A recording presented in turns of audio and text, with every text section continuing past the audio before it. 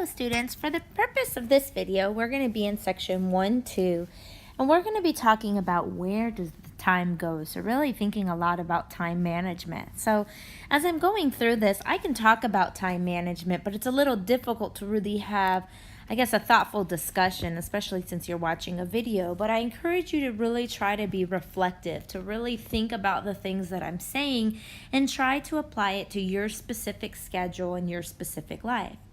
So when I think about time management, it's basically an idea that's relatable to every single one of us, right? Because we're all always working on the clock, whether we're taking care of our families, whether we have a job, whether we're going to school and got to make it to our classes, whether it's submitting assignments that are coming up that are due for this specific class. It's something that makes a difference if we're going to be successful or not, and it literally impacts every single one of us on a daily basis. And I think time management is one of those concepts that people tend to struggle with a lot. Ideas of procrastination get in the way, or we choose to do things that are more important to us, or there's things that have to take priority and we constantly put some of our responsibilities on the back burner. So this definitely isn't something that I think is easy to master, but a lot of people do try to get better at time management, and therefore you can look it up on the internet, and there's a lot of different tips and tricks and things that you can do to try to, I guess, be a better manager of your own personal time. And so on this next slide here, you see I have 3 images. These images, I'm zoom in here for you. These images are just kind of some mistakes that people make and some tips for better time management that I got off of the internet. I actually got these images off of Pinterest. So these are definitely things that you can look up and really hold yourself to a standard of becoming a better time manager. And this is especially important at the beginning of a semester as you're starting out on a strong foot and you want to stay on top of your work and your instructors are giving you your deadlines. Having some type of planner and making some type of schedule for yourself can definitely be beneficial. So 5 time management mistakes that cause stress and clutter. The first mistake is being overwhelmed with your out of control to-do list. I have watched tons of videos and I love listening to podcasts, and a lot of us tend to be over eager to make a long to-do list. And a lot of these blogs and professionals that really study time management say, be realistic about what you can accomplish in a day. Don't be over eager and make this really long list, because honestly all it does is really stress you out. But not creating a plan or a schedule for your life can also be harmful. You want some type of plan so that you're not wasting time, a lot of free time. You'd be surprised that a quick 10 minutes on Instagram and another 15 or 20 on Facebook, and then a 5-minute response on Snapchat, and then you go FaceTime your friend. All those minutes add up throughout the day. Not having a morning ritual. I think that looks different for a lot of people. A lot of people love to work out in the morning. I unfortunately am not one of them. I wish I was, but I'm not.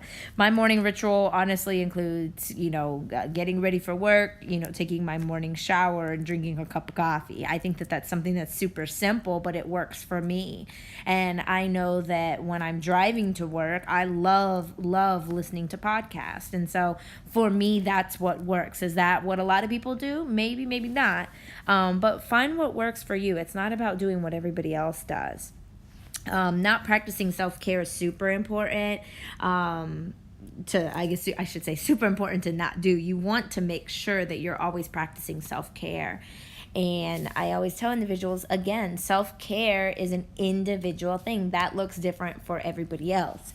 So for my gentlemen, forgive me, I'm going to use an example for females. But a lot of females tend to say, okay, when I get self-care, that means getting my hair done or getting my nails done. Well, that's true for some women, but maybe your self-care looks different. I personally, you guys know I have my dog Bento, and I love going to the dog park. I find that enjoyable. And so that is a form of self-care that I like to do, and I do that, at least weekly, if not a couple of days in the week. So again, find what works for you. And then not having boundaries for social media, family time, and personal time. I think I already, talked about this. These other images here are just tips for better time management. So I would actually encourage you to pause the video. I'm not going to go through all of these. I'll allow you to look over them and kind of read through them as you see fit. But definitely encourage you to pause the video and think that these would be helpful to you. So I encourage you to do a little quick activity, just a little reflective activity on a sheet of paper. Identify the one mistake in one area of time management that you could do better at. You can use ideas from the last slide or come up with an area on your own. Think about where the majority of your time goes and how it is not used in the most productive manner. Provide a brief explanation of how this activity takes up your time. Again, this is supposed to be reflective. This is, only you're looking at it. I am encouraging you to swap with a friend if you have somebody near you that wants to do this with you. That way they can look and maybe provide you with a solution or some way you could overcome the time management issue. But if you don't feel comfortable doing that it's just for you to look at. But you have to be honest with yourself and really think about where your weaknesses and where your strengths are and how you can be better when it comes to those weaknesses. So moving on, in the last section, we looked at percentages. We discussed the symbolic representation of percents as well as how we can write percents as fractions and decimals.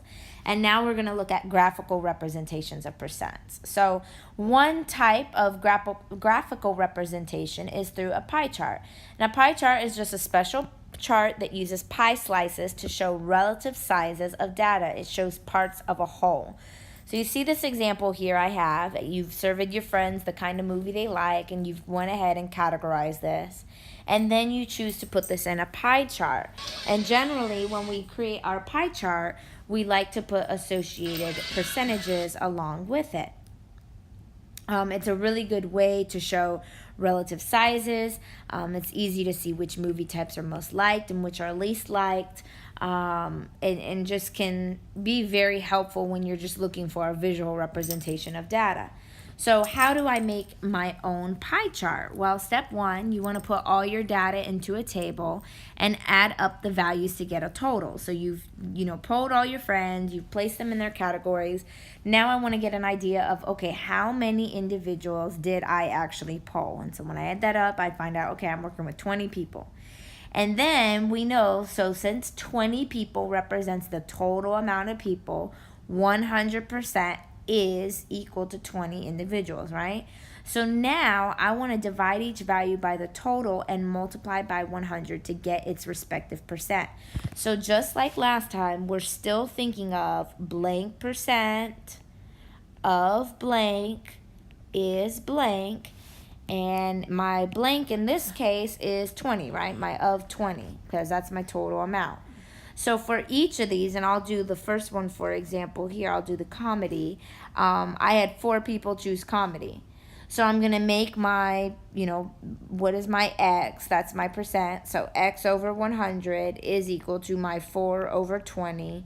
Do my cross multiplying process. And when I do that, I end up getting a respective percent of 20%. And I do that for each category, and I get the can't talk today, the respective percent values. Okay. Step 3, to figure out how many degrees for each pie slice. So this is if you were actually drawing out your pie chart. It's nice if you're doing this on a computer. Like if you were doing an Excel document, you could type in the respective percents and the total, and it would make the pie chart for you. Your textbook actually talks about how to do this. But if you're not using a computer, then you got to do the old school, as I like to call it, the old school method, and bring out your handy dandy protractor, and then you can begin to make your chart accurately. And so you would measure your respective percents. You need to find them in their degree forms, and then use your protractor to measure out those degrees to create your pie sectors. And when you're making your pie chart, you want to count the number of degrees from where you left the last slice off. So you see the way that my protractor is set up on this image right here. It's starting at 0, where you see I'm drawing this orange, and then it's going all the way to 72 degrees. So if I was going to make another slice, I would start here where the blue line is, and then I would measure out to wherever, and I just drew another blue line to show, my other pie slice. And then lastly, your final step is to go ahead and, write your titles. Write what each sector stands for, write its respective percent, and give it a title. So I hope you all found this helpful. Hopefully you have a better idea of thinking about time management as well as visual representations of percentages. And as always, if you have any questions or concerns, please don't hesitate to reach out to me. And I hope you all have a great day.